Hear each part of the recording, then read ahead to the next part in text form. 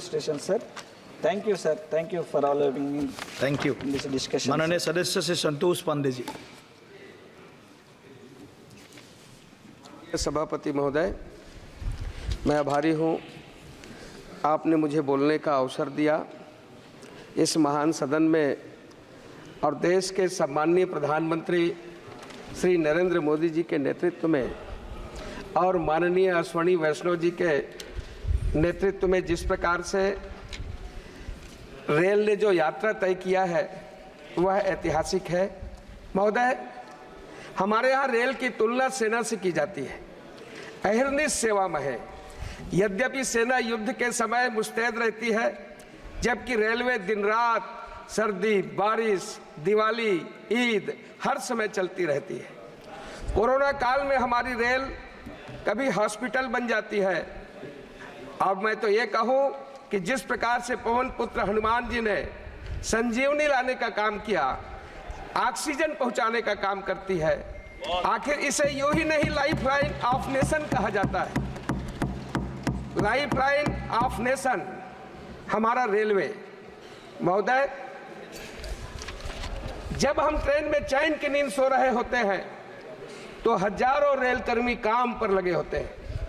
जंगल में level crossing gate हो या मेंट स्टेशन या वे साइड स्टेशन में ऐसी निष्ठा और कर्तव्य के प्रति सजगता और प्रतिबद्धता के साथ हमारा रेलकर्मी मनोयोग से और तन्मयता से लगे रहते हैं। महोदय, हम 21वीं सदी में भारत के तेज विकास के लिए, रेलवे के विकास के लिए सम्माननीय रेल मंत्री श्री अश्विनी वैष्णव जी ने जो रात दिन एक कर दिया, हम उसके प्रति आभारी हैं और संवेदनशील ऐसे मंत्री माननीय श्री अश्विनी वैष्णव जी हैं, जिन्होंने केंद्र सरकार भारतीय रेलवे को अत्याधुनिक बनाने के लिए और जो रिकॉर्ड निवेश कर रही है। फिलहाल भारतीय रेलवे के कायाकल्प के लिए राष्ट्रव्यापी अभियान चला है। अब वंदे भारत, हमसफर, तेजस जैसी आधुनिक ट्रेन देश में बन रही है। सुरक्षित आधुनिक कोचों की संख्या में रिकॉर्ड वृद्धि हो रही है। रेलवे स्टेशनों को एयरपोर्ट की तरह सुंदर ढंग से विकसित किया जा रहा है। महोदय, भारत जैसे युवा देश के लिए भारतीय रेल भी युवा अवतार लेने जा रही है और इसमें वंदे भारत ट्रेनों की भूमिका बहुत बड़ी होगी। महोदय, मैं माननीय रेल मंत्री जी का और संपूर्ण छत्तीसगढ़ की ओर से और खासकर राजनांदगांव की जनता की ओर से मैं आभार व्यक्त करता हूं। माननीय अश्विनी वैष्णव जी ने दिल खोल कर राशि दिया है। रेलवे में चल रही विभिन्न योजनाएं जिससे हम लाभान्वित होंगे। जारी बजट में मुख्य रूप से औद्योगिक विकास को बढ़ावा मिलेगा। उच्च घनत्व वाले नेटवर्क की भीड़ भाड़ को कम करने एवं मल्टी मॉडल कनेक्टिविटी को सक्षम बनाने भी विशेष ध्यान दिया गया है।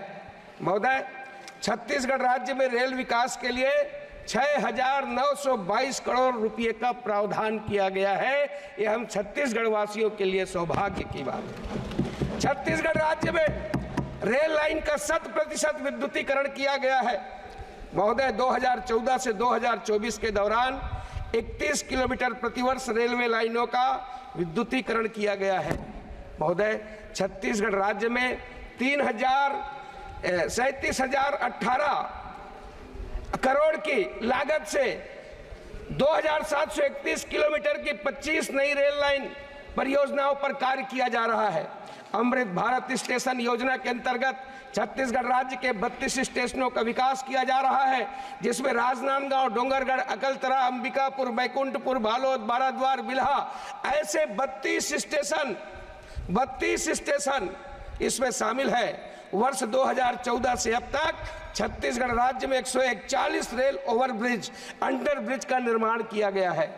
दक्षिण पूर्व मध्य रेलवे में लाइनों की क्षमता बढ़ाने के लिए दोहरीकरण, तिहरीकरण एवं चौथी रेल लाइन का कार्य बृहद रूप से और प्रारंभ है। महोदय, पहले वित्तीय वर्ष में दक्षिण पूर्व मध्य रेलवे 143 किलोमीटर, नए section 133.3 kilometre, multi tracking 3.8 kilometre, नई रेल लाइनें और 6 किलोमीटर गेज परिवर्तन का काम पूरा किया था। वित्तीय वर्ष 2024-25 के लिए कुल 421 किलोमीटर का लक्ष्य रखा गया है, जिसमें 24 किलोमीटर मल्टी ट्रैकिंग, 20 किलोमीटर नई रेल लाइनें और 170 किलोमीटर गेज परिवर्तन शामिल है।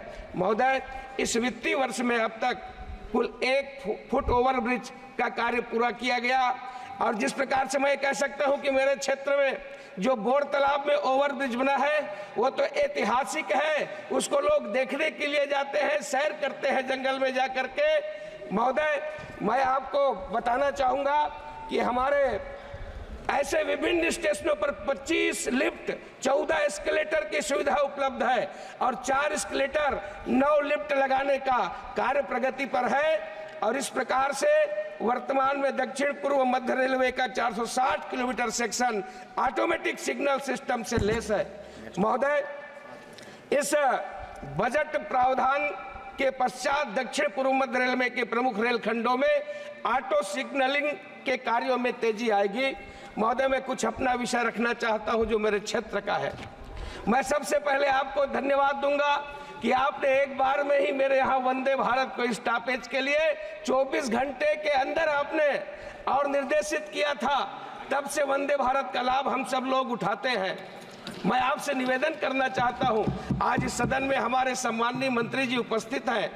महोदय, डोंगरगढ़ से कवर्धा होते हुए ये कटघोरा रेलवे लाइन है, ये ज्वाइंट एडवेंचर है और मेरे क्षेत्र का उसमें 90% हिस्सा आता है, किंतु ये शॉर्टकट रूट है, इसमें खनिज का परिवहन बहुत होने वाला है। ये हम सब के लिए बहुत ही महत्वाकांक्षी और बहुउपयोगी है। जो भी अवरोध होंगे उसे दूर करके, बस 1 मिनट में, जो भी अवरोध होंगे उसे दूर करके महोदय इसे पूर्ण कराने की कृपा करेंगे। और साथ ही मेरा निवेदन है कि ऐसे हमारे कोरोना काल में बंद रायपुर से डोंगरगढ़ मेमू ट्रेन जो बंद हो चुकी है उसे शीघ्र प्रारंभ करना चाहिए, जिसमें निम्न मध्यम वर्गीय मजदूर कर्मचारी उसमें यात्रा करते हैं। ये सबसे ज्यादा डिमांड इस मेमू की है। मैं आपसे निवेदन करना चाहता हूं और साथ ही साथ ये छोटी छोटी मांगे हैं जिसको मैं आपको बाद में रखूंगा जो स्टॉपेज की है, किंतु ये जो 2 है, मेमू प्रारंभ हो और डोंगरगढ़ से कटघोरा ये नई रेल लाइन जो है बहुत ही महत्वाकांक्षी है, इसे शीघ्र शुरुआत करेंगे। इसके साथ ही मैं छत्तीसगढ़ को और इतना भारी भरकम बजट देने के लिए मैं आपका आभारी हूं। आपको बहुत बहुत धन्यवाद। Honorable Member N.K. Premchandran ji.